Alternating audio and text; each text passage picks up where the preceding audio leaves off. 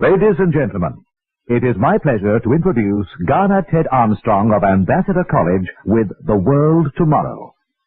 In this series of programs, we will tell you something of the problems of the world today, how they will affect you, and their solution in The World Tomorrow. Ladies and gentlemen, Garner Ted Armstrong. 12 rules for rearing a juvenile delinquent. Guaranteed to work. You can put it in effect in your own home. All you've got to do is follow the rules. Are you ready? Listen carefully. 1.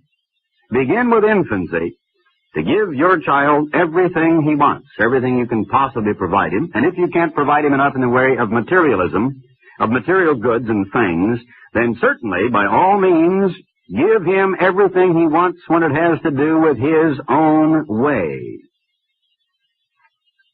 Don't ever take anything away from him. Don't ever thwart him. Don't ever tell him no. Or her, could be a girl. Just give the child everything it wants, and in this way, he can grow up to believe that there are no stigmas out there, there are no stop signs, there are no don't smoke, keep off the grass signs, there are no rules, no orders, no laws. Furthermore, he will know that the world owes him a living.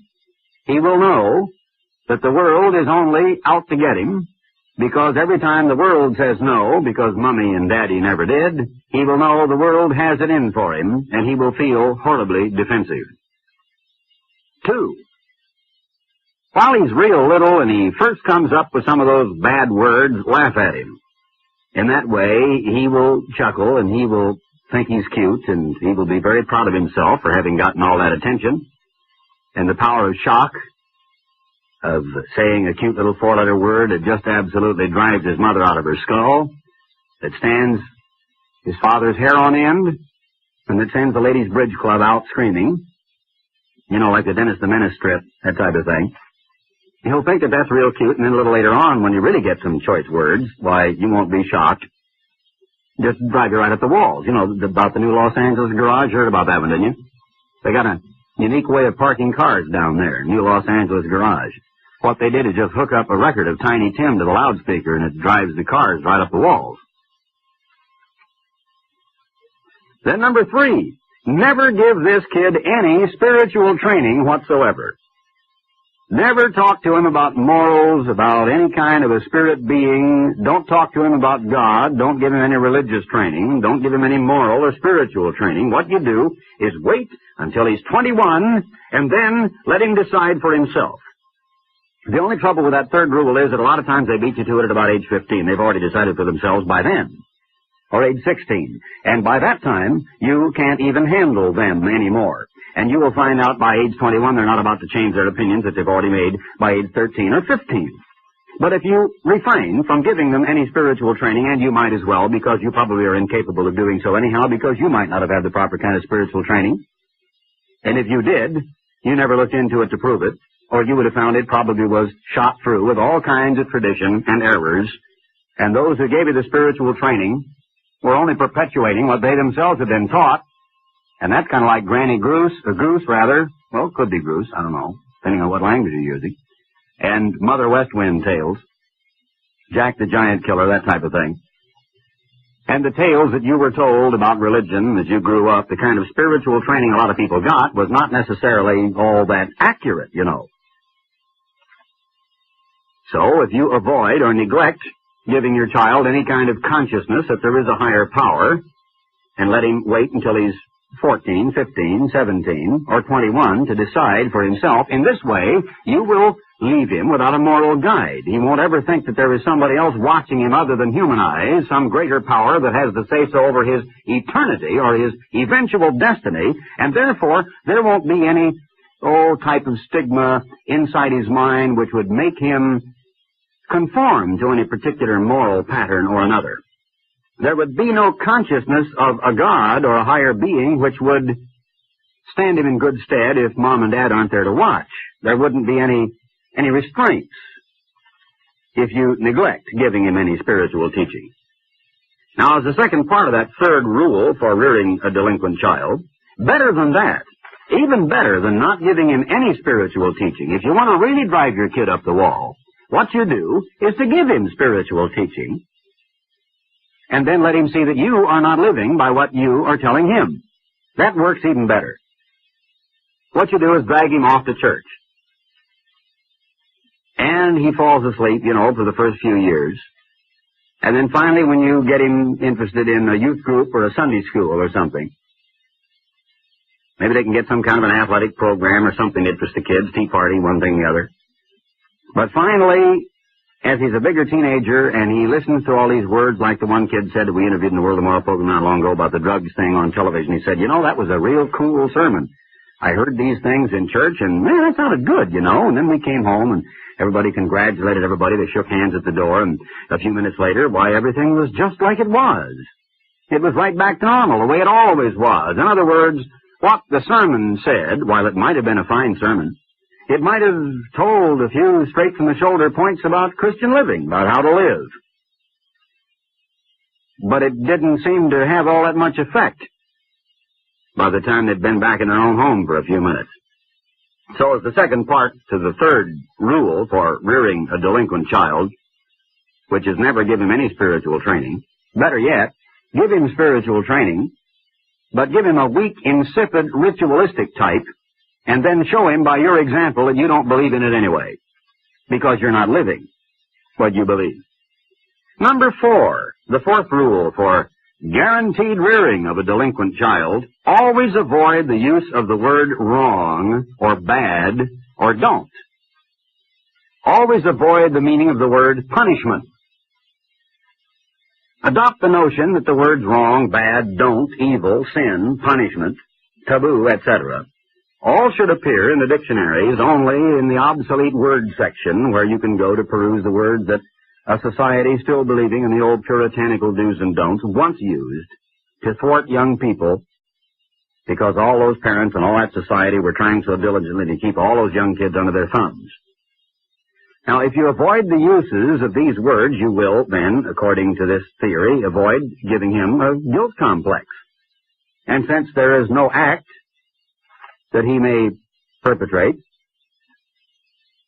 that you might make him feel guilty over, because you would never say no, you wouldn't say that's wrong, you would never say don't, and you certainly would never think of punishing him, then this will condition his mind so that later on, you see, when he's arrested for smoking pot, or if he's arrested for stealing a car, or for vandalizing somebody's property, or for assaulting a police officer, he will automatically know that society is against him and just trying to thwart him, that everybody's out to get him. The police exist for the primary purpose of trying to make his life miserable because the cop reacted to his assault. And he is not guilty, not wrong, has not done anything which was a no-no, and he's only being persecuted. He's being picked on. So if you carefully avoid any thwarting, carefully avoid the use of the word no, don't, that's wrong, that's bad, don't do that. And you can make sure that your child later on, when he's arrested, will feel that society is against him and he's being persecuted. Number 5, in the 12 rules for rearing a delinquent child, be sure to pick up everything he leaves around. As a little tiny baby, if he throws the oatmeal on the floor, just make a delightful little chirp and smile at him. Don't upset him because he might get the idea that he's guilty. And then just pick it up and then give him another bowl of oatmeal. If he throws his silverware on the floor in a restaurant, ignore him. The waitress can't, and probably the rest of the personnel there won't, and the people sitting next to you won't, but maybe you can. That's what the child psychology books tell you to do. Just ignore him. That's all right. And pick up after him. If you can reach the fork with your foot without looking like you're really making a spectacle out of the thing, well, just surreptitiously kind of tow it over under the table and then maybe get it later as you're about to leave. At home, pick up everything he leaves around. Books, shoes, clothes, old records, tapes, switchblade knives, cudgels, baseball bats, a couple of kilos of horse something. Pick it up when he leaves it lying around so that he will know, no matter where he is, whether in school, in his locker. He wouldn't be in the locker, but maybe his clothes and books would be. Well, maybe he would be, too, depending on where he's hiding out when the bell rings. But he would know that society is pretty messy, and that nobody is going to cuss him out for being messy, and that it's the way to be because everybody else is, and he will also know that it's somebody else's responsibility. He casually tosses it aside. He knows somebody else is going to pick it up. So if he's driving along in the automobile, he'll throw the beer can out the window. throw the garbage along by the side of the road, toss the cigarette butt out in a dry, grassy area where it can start a forest fire. Because as a little tiny child, he learned, by your example, picking up everything he leaves around, that it's somebody else's responsibility to pick up after him. Number 6, and most of you are doing this anyhow, let him read any printed matter he can get his little hands on. Anything, doesn't matter. And in that regard, since he's your child and he's only 8, 10, 11, or 13, his mail and his pockets and his desk and his drawer are utterly private. And you have no business intercepting his notes, looking in his notebook, or reading his mail. Because at age 8 or 10 or 11 or 13, any printed matter that passes through his hands is entirely his own business, because after all, isn't this kid about to make up his mind whether God exists? Haven't you left him free to make that choice? Haven't you avoided all these years telling him no, don't, that's bad, that's wrong? Well, certainly. Well, then this is just in the context of the rest of these rules if you want to rear a delinquent child, a criminal, as a matter of fact.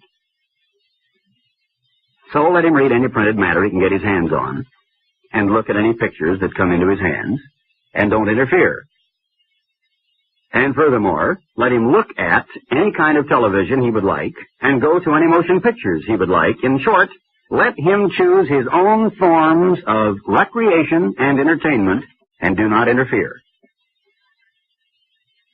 Oh, be careful the silverware is clean when he eats. Make sure that you've carefully sterilized the glasses. Ask him to wash before dinner. That's okay. You'll probably understand that. Make sure you keep all the poisons out of his food.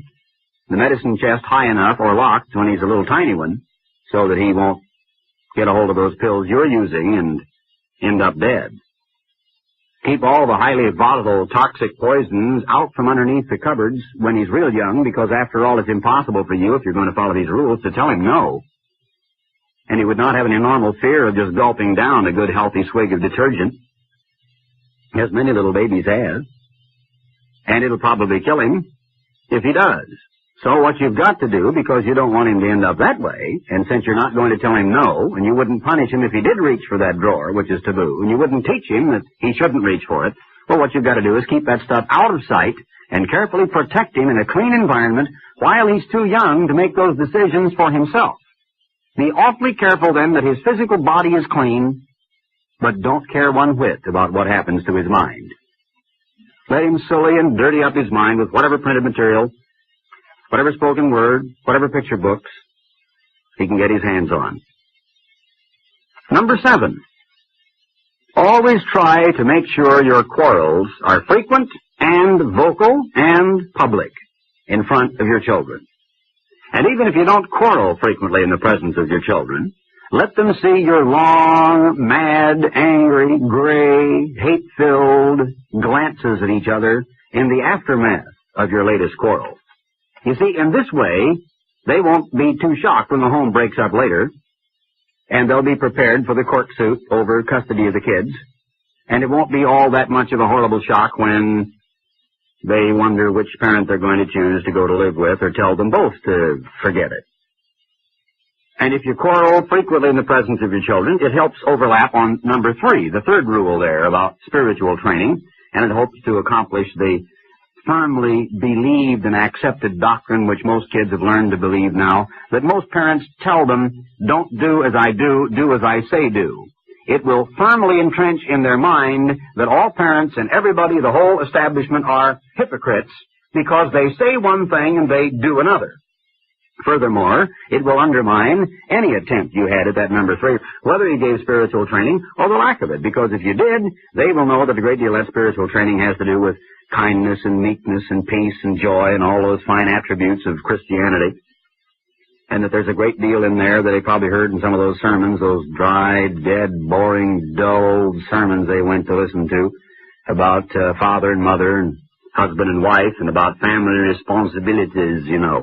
And they heard all of this, and they'll know now that you're not living by it, so they won't know what a horrible liar, cheat, hypocrite, and virtual criminal you are, because you don't live by anything that the pastor tells you, but you have every right to be profoundly disturbed when your child doesn't live by anything you tell him.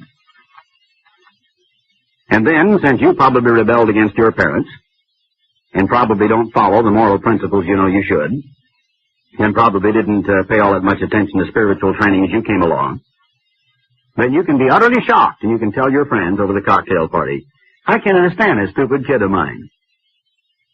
He just seems to want to rebel against me. Can't understand him.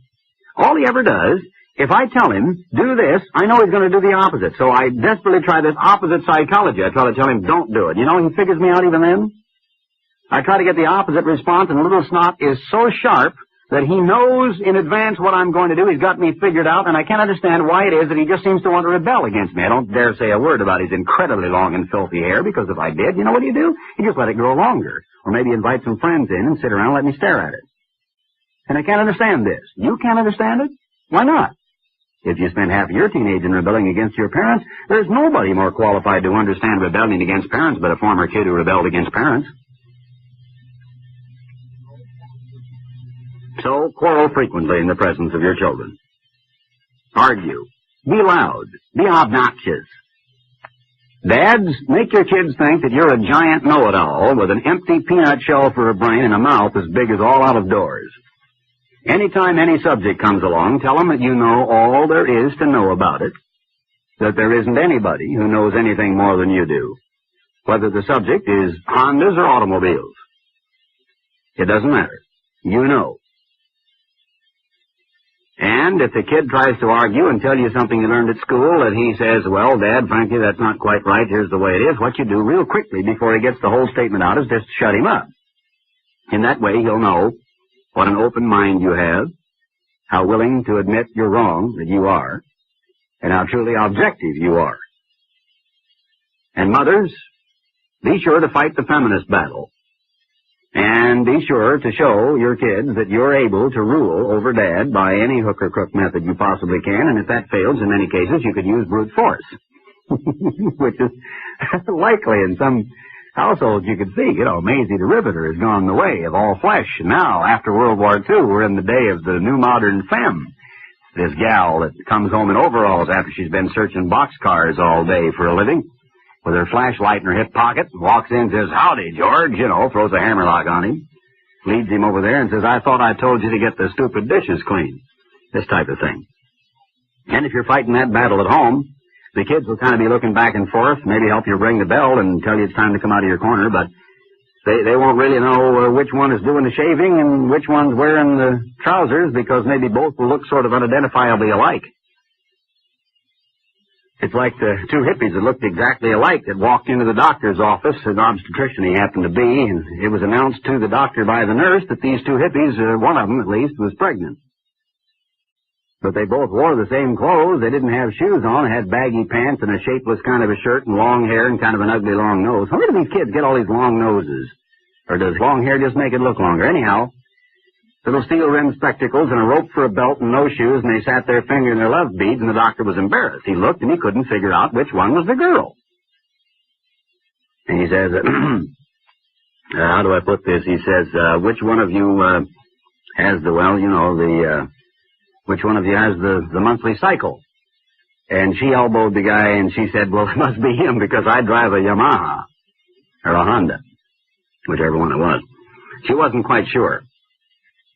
Well, you can have kids like that if you just continue to show them the examples that I'm talking about and use these 12 rules, but you've got to abide by the rules. Now, if you're not willing to abide by the rules, you may escape having a juvenile delinquent for a kid or a criminal grow up and tell you what he thinks of you. So quarrel frequently in the presence of your children, fight the battle of the sexes, argue, bicker, nag, scream, fight, every now and then just haul off and give one another a good roundhouse, and you can be sure that your children won't be too shocked when you break up the home, and that they will learn to fight, and they'll learn about the hypocrites all around them in society and so on. And by the way, if you want to write for a booklet on the kind of woman that none of the femmes would want to be, and the kind of woman most of you women would never want to be, then write in for this booklet, True Womanhood, Is It a Lost Cause? This is a booklet that talks about true womanhood, and it dares to talk about the state wherein woman finds her true fulfillment and happiness. It doesn't apologize for some of the source material that is used, including places like Ephesians and the book of Colossians and even the book of Proverbs and so on. Oh, there's some beauties in the book of Proverbs. You ever read some of those Proverbs, those wise statements of kings that used to live a long time ago? A lot of people think those were all Solomon's. No, some of them were written by a lot of other people. Even a King Lemuel's mother had a lot to say. Matter of fact, she's got a section in there about women. It's pretty interesting. In reading, she had a lot to say about women. But it talks about, you know, the dripping on a tin roof is kind of like the mouth of a nagging woman all day long, this type of thing. There's some real interesting statements in there. If you like this booklet, I think it's pretty much up to date right now, what with the feminist movement and all the wives going on strike and a lot of them marching into the offices to take a kid and throw it into the lap of the boss and say, here, you watch, little monster, I can't. So you are right for this one on true womanhood. Is it a lost cause? Or is it a worthwhile cause? True womanhood. Now, the women are really beginning to get into this revolutionary act. Everybody wants to revolt, and it does get very revolting when you look around. There are a lot of revolting people in the world. But now on back to the lesson on these 12 perfect rules for creating a juvenile delinquent in your own home. After you've quarreled frequently in the presence of your children, a continual type of thing, then the 8th point is, be sure to give your child all the spending money you possibly can. Make sure that he's never lacking money. And don't teach him the value of money. And don't teach him what kind of work produces that money. In this way, he will think that he should never have things as tough as you've had them. He will never feel that he has to earn his own. He'll never have any sense of responsibility where it comes to money. Furthermore, when you catch him stealing out of the cookie jar, or even better yet, if you find out that what he did was eat the cookie and then come in and ask you, Mom, can I have a cookie? Don't tell him that was subterfuge.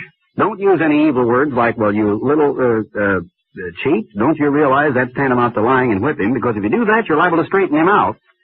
And he's liable to get a pretty good object lesson, and he's liable to defeat your purpose if you want to have a juvenile delinquent for a kid.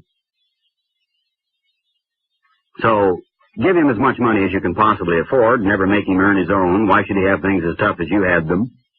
Don't teach him the value of it, or honesty, or integrity, or things like taxation and financial responsibility. Just let him find out that later on the world is out there waiting for him to get its hands on whatever money comes into his hands by whatever method he hopes to obtain the money, and maybe when he's in jail for having held up a dairy or a grocery store or something, why, maybe he can learn the lesson later. Number 9, satisfy his every sensual desire. Make sure he gets plenty of food and drink and comfort, because, you see, if you deny anything, like, for instance, he wants the ice cream but not the spinach, that may lead to some horrible frustration. And according to some of the child psychology books, it could warp his personality. It could make him straight. And you see, you're trying to get a juvenile delinquent. Now, for the purpose of this particular series of 12 lessons, we're talking about how to rear a juvenile delinquent. And if he gets denied anything, if he finds out that unless you perform according to a certain standard, there aren't any rewards, and if you perform according to a wrong standard, that there are punishments. If he's a kid that is allowed to grow up in an environment where there is a system of punishments and rewards, he's liable to end up straight. And so what you do is to satisfy every physical craving and need and pleasure. Let him go to bed when he's good and dog-tired. Let him get up when he's dopey with too much sleep. Let him eat whatever he'd like. Let him have a good roaring case of pimples or acne. Don't pay any attention to his diet. And that way he'll learn how to be a seeker of self-gratification. And now every sensual desire ought to be satisfied. There's just one or two things that might get a little technical and intricate here, so I'll try to be careful the way I state this. Some of the books do advise that in some of those areas of personal gratification that it should not be done, at least in public. That's in a book I have, which is a big, thick red book that is written by more than 25 doctors. And that's the best they can come up with about trying to thwart some of these kids' desires about satisfying the physical senses. Then number 10, always take his part whenever he gets in any altercation with neighbors' children, with teachers especially, and more especially with the policemen. Always take his part. Tell the neighbors' kids that they'd better get home and quit crying and quit picking on your kid. When the irate or angry neighbor comes over, raise your voice and lie about it a little bit. Let your kid hear you. It's a good example if you want him to be a juvenile delinquent. Or be a cringing coward and simply draw the shades and refuse to answer the door. You'll see that example. It'd be beautiful. Help him become a juvenile delinquent. Or simply argue that it was the other kid's fault when you know better. And the kid knows better too, and he'll listen to that argument and he will have a real good chance for becoming a juvenile delinquent. So take his part against the neighbors and the neighbors' kids. Take his part against the teachers. When the teacher shows you an abysmally sloppy report, which was only 3 weeks late, and says, I had to give the kid an F, just accuse the teacher. First, call the teacher all kinds of names. Well, you frustrated old maid, so on, you, and be sure to do it in the presence of your child, and take his part against the teacher. And in this way, the kid will learn that all the teachers are trying to do is to get him. All they're out for is to give him bad grades, and they lie awake at night trying to figure out how to get this particular kid. Always look over your shoulder, and when you see a traffic policeman, slack off on the accelerator. Hedge a little bit on the red lights and the yellow lights. Park in no parking zones when possible, and if you ever do get a ticket, make it the topic of conversation around your TV dinners for at least 5 nights in a row about that dirty so-and-so cop that was lying in wait to get you when you didn't really have it coming. In this way, he'll learn that neighbors and teachers and policemen and people in authority are just a bunch of idiots out there that don't know any better, that are only out there to get innocent citizens, and he will be able to mimic your example. Now, the 11th point, when he gets into real trouble, then apologize for yourself by saying, well, it's not my fault. I never could do a thing with him. I don't know. I gave him everything I possibly could, and I don't know how to do anything with him. And the 12th, get ready for a miserable life. Because if you apply those preceding 11, you're going to have it. Now, on the other hand, if you want to have some information about how to combat all those 12 rules, and the rules about how not to have a juvenile delinquent for a child, then you ought to write for these booklets on the plain truth about child rearing, and our booklet on crime can be stopped, which contains these 12 rules I've just gone over for rearing a delinquent, but also how not to. And the booklet, The Plain Truth About Child Rearing, shows you some of these unbelievable quotations from child psychology and how you ought to rear your children. Now, be sure to write for the booklets I've mentioned in this program, and also request the Plain Truth magazine. Your free copy is reserved for you, read by millions around the world, more than 2 million circulation, but absolutely free of cost to you. There is no charge whatsoever. It's called The Plain Truth. And all you need to do is to request it by sending your letter to Box 345, Sydney, New South Wales. Be sure to tell us the call letters of your station. We'd like to have you do that. That's all we need. There is no cost, but tell us the name of the radio station to which you've been listening, the call letters, and then send your letter to Box 345, Sydney, New South Wales. And so until next time, this is Garner Ted Armstrong saying goodbye, friends. You have been listening to The World Tomorrow. If you would like more information, write to Ambassador College, Box 345, GPO, Sydney, New South Wales. That's Ambassador College, Box 345, GPO, Sydney, New South Wales.